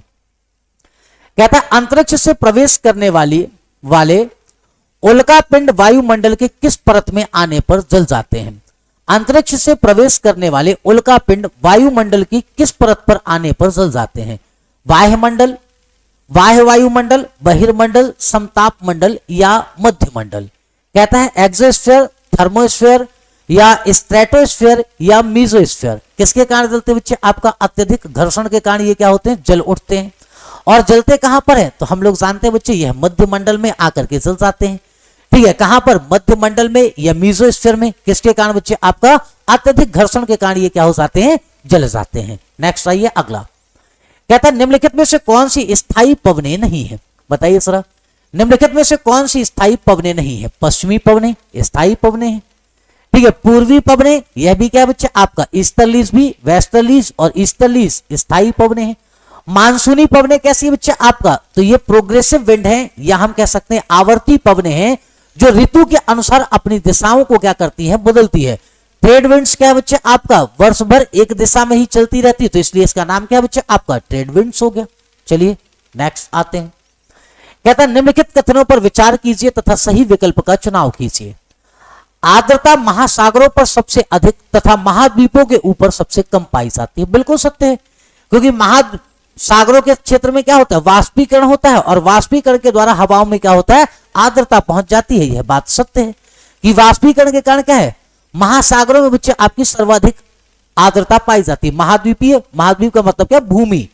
तो भूमि के क्षेत्र में क्या, वाष्पीकरण का दर कम है। वाष्पीकरण का दर कम होगा तो हवा में उपस्थित जल वाष्प की मात्रा क्या होगी, जल के कण की मात्रा कम होगी, आर्द्रता कम होगी। इसीलिए देखेंगे कि जब आप समुद्री क्षेत्रों में जाते हैं, समुद्र तटीय क्षेत्रों में गर्मी के मौसम में जाएंगे, तो वहां पर क्या आपका पसीना नहीं रुकेगा। कारण क्या है, आर्द्रता भरी पवनें हैं, और वो पवनें क्या करती है, आपके शरीर के पसीने को नहीं सूख पाती हैं। ठीक, चलिए नेक्स्ट कहता है संघनन ठंडा होने की मात्रा तथा हवा के सापेक्ष आर्द्रता पर निर्भर होता है। बिल्कुल, कि इसी से क्या होता है बच्चे, आपका हवाएं ठंडी होकर के आपकी संघनित हो जाती हैं। ठीक है, फिर कहता है जेट हवाई जहाज के पीछे सफेद पथ इंजन से निकली नमी होती है जो संघनित हो जाती है। यह बात भी सत्य है। तो ये सभी के सभी क्या हो गए, सत्य हो गए। चलिए नेक्स्ट आ जाते हैं, अगला ये कहता है भूमध्य सागरीय वनस्पति निम्नलिखित में से कौन से क्षेत्र में पाई जाती है। भूमध्य सागरीय वनस्पति बच्चे आपका किस क्षेत्र में पाई जाती है, मध्य अमेरिका में। देखिए हमेशा ध्यान रखना, भूमध्य सागरीय जलवायु कहां पर पाई जाती है। भूमध्य सागरीय जलवायु बच्चे आपका महाद्वीपों के पश्चिमी तट पर पाई जाती है। ठीक है, कहां पर पाई जाती है, तो महाद्वीपों के पश्चिमी तट पर पाई जाती है। ठीक है, और दक्षिण पश्चिमी तटों पर पाई जाती है। कितने, तो लगभग बच्चे आपको कहां तक देखने को मिल जाएगा, हम कहेंगे कि यह जो है भूमध्य सागरीय जलवायु। तो भूमध्य सागरीय जलवायु बच्चे आपको कहां पर देखने को मिल जाएगी, भूमध्य सागर के क्षेत्र में, मतलब वही 45 डिग्री के आसपास वाला क्षेत्र। तो हम कहेंगे 30 से 45 डिग्री किसी भी महाद्वीप के दक्षिण पश्चिमी क्षेत्र में बच्चे आपको देखने को मिलती है, 30 से 45 डिग्री में। तो कहता है मध्य अमेरिका, मध्य अमेरिका में नहीं पाई जाएगी। संयुक्त राज्य अमेरिका के कैलिफोर्निया में, बिल्कुल ये कहां पर है बच्चे, आपका दक्षिण और पश्चिमी क्षेत्र में आता है। दक्षिण पश्चिमी अफ्रीका, यह भी सही है। और दक्षिण पश्चिमी ऑस्ट्रेलिया, यह भी सही है।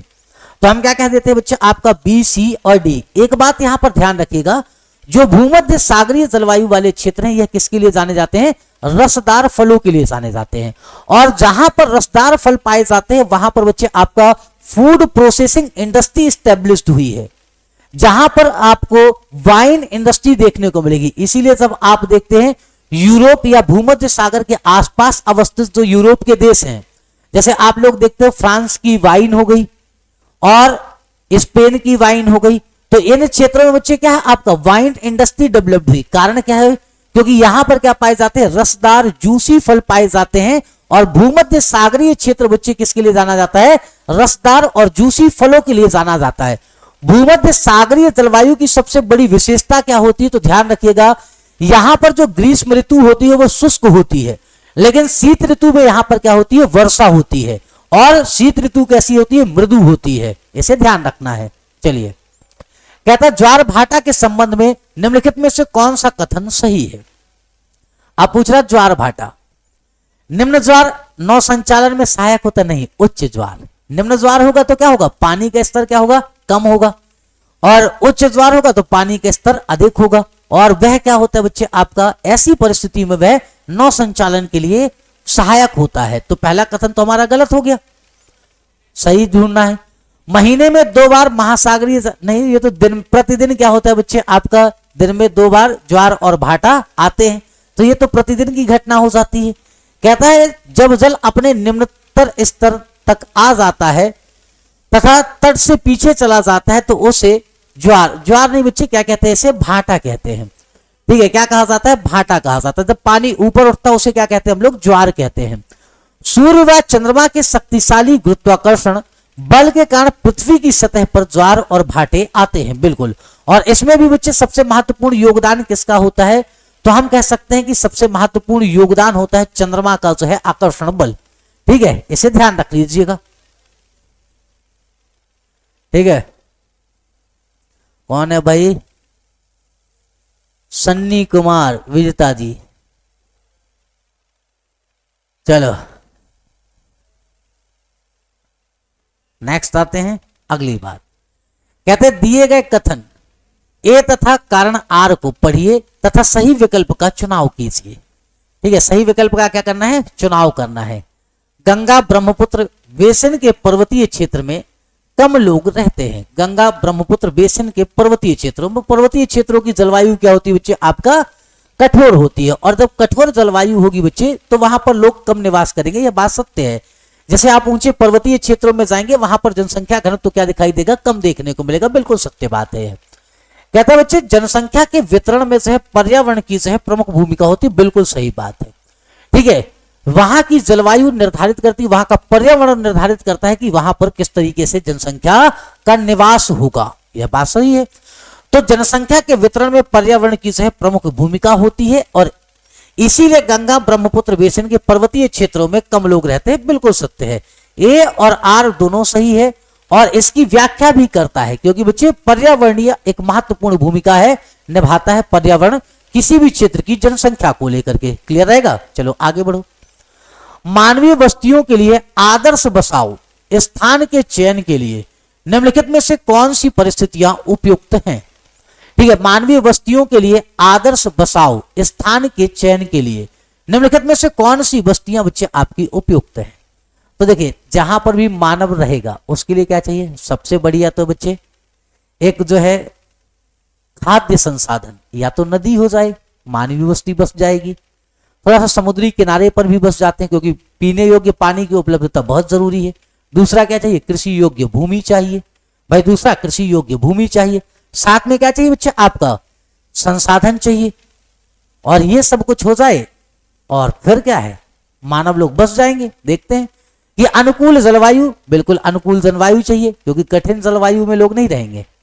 अब आप लोग जाकर के देखिए कि बहुत ज्यादा कठिन जलवायु है और कहां पर कैलाश मानसरोवर में कोई व्यक्ति रहने चला जाए? नहीं।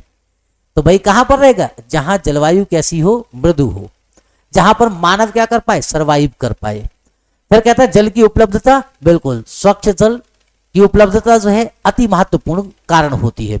उपयुक्त भूमि, उपयुक्त भूमि का मतलब उपजाऊ भूमि हो, ठीक है। अनुपयुक्त भूमि, अनुपजाऊ मिट्टी नहीं, उपजाऊ मृदा होनी चाहिए। तो ए, बी और सी तीन सही है बच्चे। आपका ए, बी और सी ये तीनों के तीनों क्या हो जाते हैं? अपने सत्य हो जाते हैं।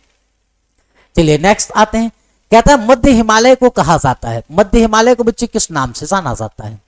ठीक है, हिमाचल हिमालय, शिवालिक हिमालय, अरावली या हिमाद्री। हिमाद्री हम किसको जानते हैं बच्चे? तो हिमाद्री कहा जाता है आपका महान हिमालय। महान हिमालय को किस नाम से जाना जाता है? तो महान हिमालय को बच्चे आपका हिम से ढके होने के कारण इसे हम लोग किस नाम से जानते हैं? हिमाद्री के नाम से भी जानते हैं। अरावली तो बच्चे आपका क्या हो जाता है? अपशिष्ट पर्वत है।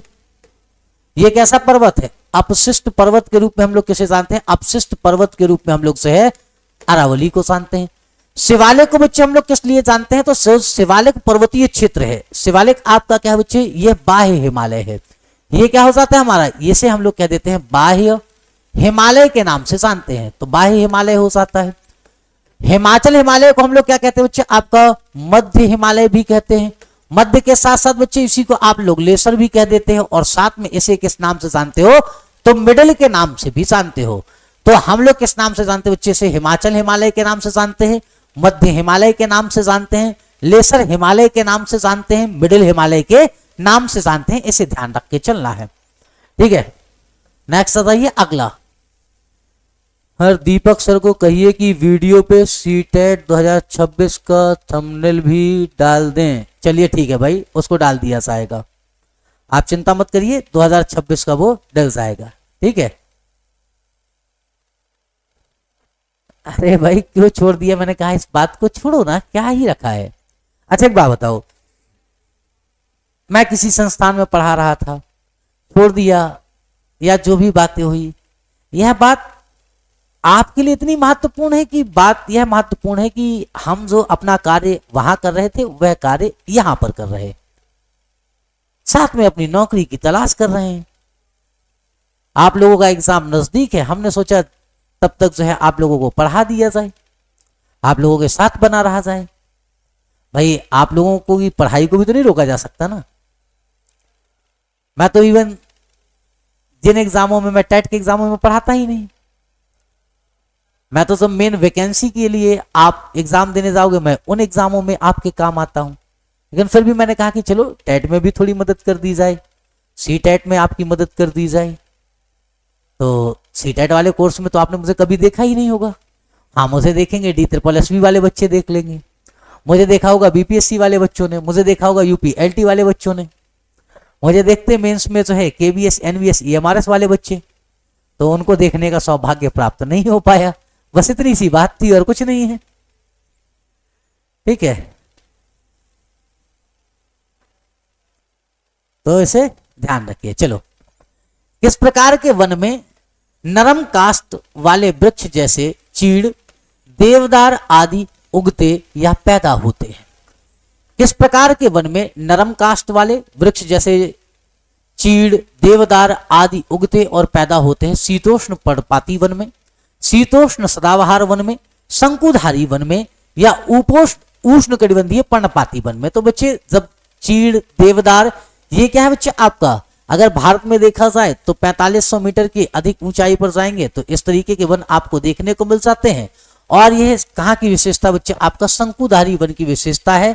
ठीक है, कहाँ की बच्चे, आपका कॉनिफेरस फॉरेस्ट की विशेषता क्या होती है बच्चे, जहां पर देवदार और चीड़ के पेड़ पाए जाते हैं। और ये क्या है बच्चे, आपका आर्थिक रूप से इनका अत्यधिक दोहन किया गया है। चलिए आगे बढ़ते हैं। मरुस्थलों के बारे में निम्नलिखित कथनों पर विचार कीजिए और उपयुक्त विकल्प का सही चयन कीजिए।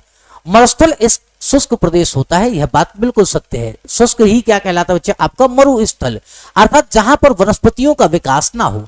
ठीक है, चाहे वह उष्ण मरुस्थल हो सकता है, चाहे वह बच्चे आपका शीत मरुस्थल हो सकता है। मरुस्थल की विशेषता यह है कि यहाँ केवल अत्यधिक उच्च तापमान पाया जाता नहीं, ये गलत बात है। निम्न तापमान भी अपना लद्दाख हो गया, इसी का एग्जाम्पल है। मरुस्थलीय क्षेत्र में जो है बालू के विशाल फैलाव के साथ साथ बजरी के मैदान और पठारी इलाकों, मरुस्थलीय क्षेत्र में बालू के विशाल फैलाव के साथ साथ बजरी के मैदान और पठारी इलाके भी पाए जा सकते हैं। बिल्कुल पाए जा सकते हैं, अगर सकते हैं तो कोई दिक्कत नहीं है। ए और सी जिसमें भी होगा तो सी इज अ राइट आंसर। सी क्या है बच्चे आपका, बिल्कुल सत्य आंसर है, इसे ध्यान रख लेना है। चलिए नेक्स्ट आ जाते हैं। कहता है लद्दाख के बारे में निम्नलिखित कथनों पर विचार कीजिए। लद्दाख के बारे में निम्नलिखित कथनों पर क्या करना है बच्चे, आपको विचार करना है। लद्दाख एक ठंडा रेगिस्तान है, भाई बिल्कुल सत्य बात है। लद्दाख कैसे बच्चे, आपका शीत मरुस्थल का एग्जाम्पल कह सकते हैं कि लद्दाख हमारे यहाँ क्या है, शीत मरुस्थल है। लोग लद्दाख घूमने जाते हैं, लद्दाख में क्या बच्चे, सिर्फ पहाड़ खड़े हुए हैं, वनस्पतियां नहीं है। ठीक है, कभी आप लद्दाख घूमने जाइएगा तो तुरंत वहां पहुंचने के बाद ये मत करना, या फ्लाइट से उतरने के बाद तुरंत घूमने निकल जाना, हॉस्पिटल में भर्ती होना पड़ जाएगा। ठीक है, क्योंकि ऑक्सीजन की मात्रा कम रहेगी और आपके फेफड़े आदि नहीं है। तो क्या करिएगा, थोड़ा सा एक दिन विश्राम करिएगा, फिर अगले दिन घूमने निकलिएगा। ऐसा मेरे साथ के कई लोगों के साथ हो चुका है। तो लद्दाख कम ऊंचाई पर होने नहीं, कम ऊंचाई पर नहीं बच्चे, अधिक ऊंचाई पर है। ठीक है, के कारण यहाँ की जलवायु अत्यधिक ठंडी तथा शुष्क है, कारण क्या बच्चे, अत्यधिक ऊंचाई पर अवस्थित है। ठीक है, लद्दाख में उच्च शुष्कता के कारण वनस्पति विरल है, यह बात भी बिल्कुल सत्य है। और यहीं पर बच्चे भारत का सबसे कम वर्षा वाला क्षेत्र जो है द्रास भी अवस्थित है। ठीक है, द्रास सेक्टर आप लोगों ने देखा होगा, कई बार जब आप मूवियां देखते हैं तो उसमें द्रास सेक्टर देखा होगा। तो द्रास क्या है, भारत का सबसे शुष्क स्थल है, वहां पर वर्षा ना के बराबर है, तो इसे भी ध्यान रखना है। चलिए, उष्णकटिबंधीय रेगिस्तान पाए जाते हैं, पूछ रहा है बच्चे आपका उष्णकटिबंधीय रेगिस्तान कहां पाए जाएंगे। उष्णकटिबंधीय रेगिस्तान हमेशा ध्यान रखिएगा, आपको कहां पर दिखाई दे जाएंगे, लगभग मान करके चलते हैं आपका 23.5 डिग्री के आसपास महाद्वीपों के जो है कहां पर दिखाई देगा बच्चे, आपका पश्चिमी तटों पर देखने को मिलता है।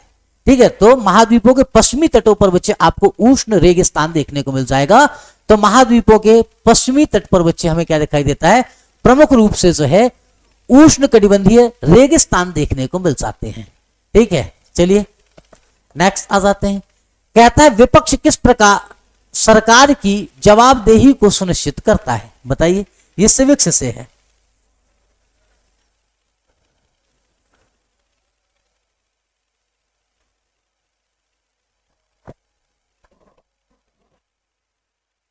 कोई नहीं बच्चे, साइंस आपको तो दीपक सर यहां पढ़ा रहे हैं, क्यों परेशान हो रहे हैं। चलिए, तो आप लोग यहां पर क्या करिए, आराम से करते रहिए चीजें। कहता है बच्चे विपक्ष किस प्रकार सरकार की जो है जवाबदेही को सुनिश्चित करता है, सरकार की नीतियों व कार्यक्रमों की जो है रचनात्मक आलोचना के द्वारा। बिल्कुल, जब रचनात्मक आलोचना की जाती है, यही लोकतंत्र की सबसे बड़ी खूबसूरती है। लोकतंत्र की सबसे बड़ी खूबसूरती क्या है, जो सरकार की कमियां हैं उनके विषय में विपक्ष क्या करता है, उनको जानकारी प्रोवाइड कराता है। और रचनात्मक रूप से आप क्या करिए, सरकार की नीतियों का विरोध करिए। सरकार की कोई गलत नीति आई, उसका विरोध करिए रचनात्मक रूप से, सशस्त्र रूप से नहीं, रचनात्मक रूप से विरोध करना है। कई लोग कार्टून बना करके विरोध कर देते हैं, ये रचनात्मक विरोध होता है। कई लोग क्या करते हैं बच्चे, आपका मुंह में काली पट्टी बांध लेते हैं, यह रचनात्मक विरोध है। हाथों में काली पट्टी बांध लिया, रचनात्मक विरोध हो गया। रचनात्मक विरोध का सबसे अच्छा अगर एग्जाम्पल देखना है तो आप जापान में देख सकते हैं। इतना खूबसूरत रचनात्मक विरोध आपको कहीं देखने को नहीं मिलेगा। जापान में अगर सरकार की नीतियों से वहां के वर्कर नाराज होते, मान लो कोई फैक्ट्री वर्कर नाराज हो गए, और वो फैक्ट्री कैसी बच्चे, सुई बनाने वाली फैक्ट्री है, ठीक है, तो वो क्या करेंगे बच्चे, सुई बनाएंगे। हड़ताल कैसी होगी, सुई बनेगी, फैक्ट्री काम करती रहेगी, लेकिन वो क्या नहीं करेंगे, उस सुई में बच्चे छेद नहीं करेंगे धागा डालने वाला। ये है विरोध, ये है रचनात्मकता। घड़ी बनाएंगे, घड़ी बनाते समय क्या करेंगे, पूरी घड़ी बना देंगे, इसके जो ये डायल में लगे हुए कांटे हैं, ये कांटे नहीं लगाएंगे। कांटे भी लगा दिए तो क्या करेंगे, बैटरी नहीं लगाएंगे। ये है रचनात्मक विरोध। तो ये सबसे खूबसूरत तरीका होता है लोकतंत्र का, कि हम क्या करें, सरकार का रचनात्मक रूप से विरोध करें। और यही रचनात्मक कार्यक्रम तो किसने सिखाया था हमें, गांधी जी ने सिखाया था, और आज उनकी पुण्यतिथि भी है, तो इसे भी हमें सीख लेना है। चलिए नेक्स्ट आ जाते हैं बच्चे, अगला। इसमें और कुछ तो नहीं था, अच्छा पढ़े भी नहीं। जनमानस की राय को व्यक्त करके, नहीं। सत्ताधारी दल की निरंकुशताओं पर रोक लगा करके, नहीं। संसद में बाधाएं डाल करके, नहीं। चलिए, कहता है शक्तियों के बंटवारे का सिद्धांत का अर्थ है, शक्तियों के बंटवारे का सिद्धांत। आप लोगों ने कई बार पढ़ा तो होगा पॉलिटी में, लेकिन यह विचार किसने दिया, the separation of the power, या सेपरेशन ऑफ पावर का विचार किसने दिया, तो बच्चे एक व्यक्ति है जिसका नाम है माउंटेस्क्यू। माउंटेस्क्यू को किसके लिए जाना जाता है, माउंटेस्क्यू को जाना जाता है उसके शक्ति के पृथक्करण के सिद्धांत के लिए जाना जाता है। उसने शक्ति के पृथक्करण का सिद्धांत दिया माउंटेस्क्यू ने, और उसने कहा कि जो न्यायपालिका है, कार्यपालिका है और विधायिका है, इन्हें सभी को क्या करना चाहिए, अपने क्षेत्र में स्वतंत्र रूप से कार्य करना चाहिए, एक दूसरे के कार्यों में हस्तक्षेप नहीं करना चाहिए। और यही क्या है, माउंटेस्क्यू का शक्ति का पृथक्करण का सिद्धांत है। और आज आप अधिकांशता देखेंगे, जैसे भारत अपना है, भारत में क्या अपनाया गया है, शक्ति के पृथक्करण को सिद्धांत को अपनाया गया। न्यायपालिका, कार्यपालिका और जो है विधायिका की स्वतंत्र स्थायित्व पर और स्वतंत्र बच्चे उनके अस्तित्व पर क्या दिया गया है, बल दिया गया है। तो सरकार के एक अंग को दूसरे अंग के काम का उत्तरदायित्व भार अपने ऊपर नहीं लेना चाहिए, बिल्कुल। यही शक्तियों के बंटवारे का सिद्धांत है, the principle of separation of powers है। सरकार के एक अंग को दूसरे अंग के काम में हस्तक्षेप नहीं करना चाहिए, यह बात भी बिल्कुल सत्य है। तो ए और बी दोनों के दोनों बच्चे अपने क्या हो जाते हैं, सत्य हो जाते हैं, इसे भी ध्यान रखना है। नेक्स्ट चले आगे बढ़ते हैं, अगला प्रश्न कहता है ग्राम सभा के बारे में निम्नलिखित में से कौन सा कथन जो है गलत है। ग्राम सभा के बारे में निम्नलिखित में से कौन सा कथन गलत है। ग्राम सभा के सचिव का कार्य ग्राम सभा की बैठकों और उसमें हुई चर्चा व निर्णयों का रिकॉर्ड रखना होता है, बिल्कुल सही काम है। ग्राम सभा का सचिव एक सरकारी कर्मचारी होता है जो राज्य सरकार द्वारा या जिला प्रशासन द्वारा नियुक्त किया जाता है, अमूमन राज्य सरकार द्वारा नियुक्त किया जाता है। इसका काम क्या होता है, ग्राम सभा की कार्यवाही को जो है सुचारू रूप से चलाना और उसके रिकॉर्ड को क्या करना है, व्यवस्थित रूप से रखना, इसका कार्य है।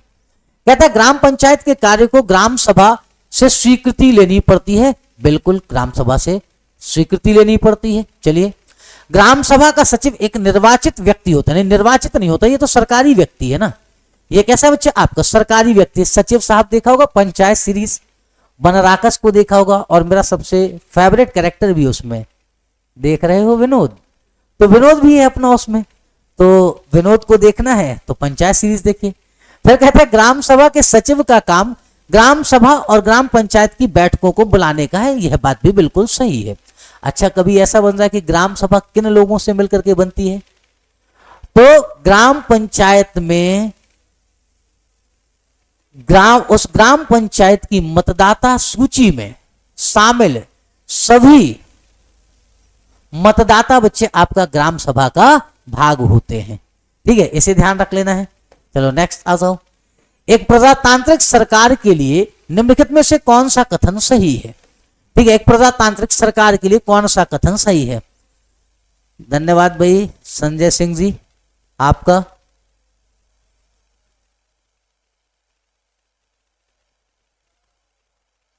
चलिए अब देखो, आ जाओ जल्दी से बताओ।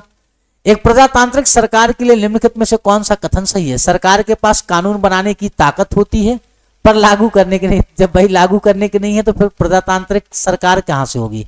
नहीं होगी। कानूनों के बिना सरकार की निर्णय लेने की शक्ति का कोई अर्थ नहीं रह जाता। ये बात तो बिल्कुल सही है। कानून के बिना जो है सरकार की निर्णय लेने की शक्ति का कोई अर्थ नहीं, क्योंकि कानून के आधार पर ही आप क्या कर सकते हो? कोई भी निर्णय ले सकते हो, कानून से इतर जाकर के नहीं ले सकते। प्रतिनिधि लोकतंत्र में जो है लोग प्रत्यक्ष रूप से भाग लेते नहीं।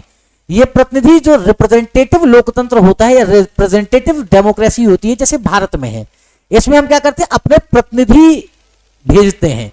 प्रत्यक्ष रूप से हम कहां पर भाग लेते हैं बच्चे? आपका प्रत्यक्ष लोकतंत्र पे, या उसे डायरेक्ट डेमोक्रेसी कहा जाता है जैसे स्विट्जरलैंड में है।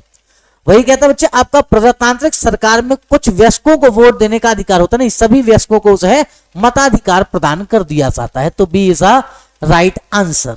चलो नेक्स्ट आ जाओ। कहता है निम्नलिखित में से कौन सा कथन जो है भारत के लोकतंत्र के बारे में सही नहीं है? ठीक है, बताइए भारत के लोकतंत्र के बारे में क्या सही नहीं? भारत एक प्रतिनिधि लोकतंत्र है, बिल्कुल। हम क्या करते हैं? अपने रिप्रेजेंटेटिव चुनते हैं। क्यों चुना जाता है? क्योंकि राजनीति का मतलब भी होता है कि समाज में उत्पन्न जितनी भी समस्याएं हैं उन समस्याओं का सामूहिक रूप से और सभी के लिए एक मत से, सर्वसम्मति से उन समस्याओं को समाप्त करने का निर्णय लेना, यही क्या कहलाता है बच्चे आपका? तो हम कहते हैं राजनीति कहलाती है। दूसरा, ब्रिटिश राज के काल में कुछ भारतीयों को मताधिकार प्राप्त था, बिल्कुल सत्य बात है।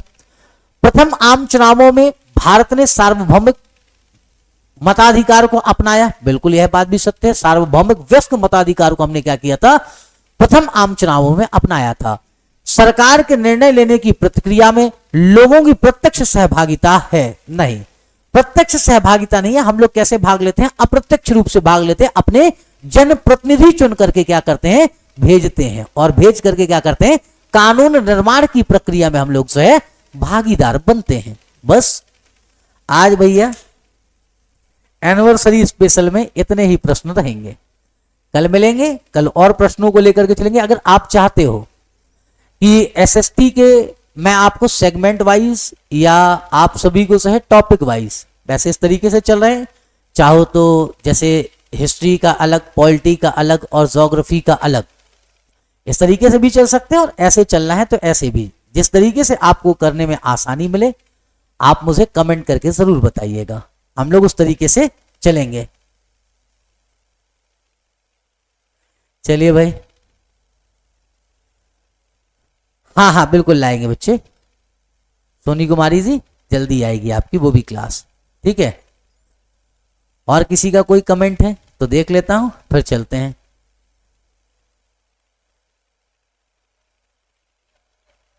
चलो भाई नेक्स्ट आ जाओ। किसी का कमेंट, किसी के पास कोई डाउट हो तो आप लोग पूछ सकते हो, पर चलते हैं। अपन तो मुस्कुराते हुए व्यक्ति हैं, मुस्कुराते हुए क्या करते हैं, फिर क्लास को जो हम लोग समाप्त करते हैं। और कोई किसी का प्रश्न हो तो आप पूछ लीजिएगा। सोनी कुमारी जी बिल्कुल क्लास चालू होगी, बीपीएससी की भी होगी, जल्दी ही उस पर भी मुलाकात करेंगे, ठीक है।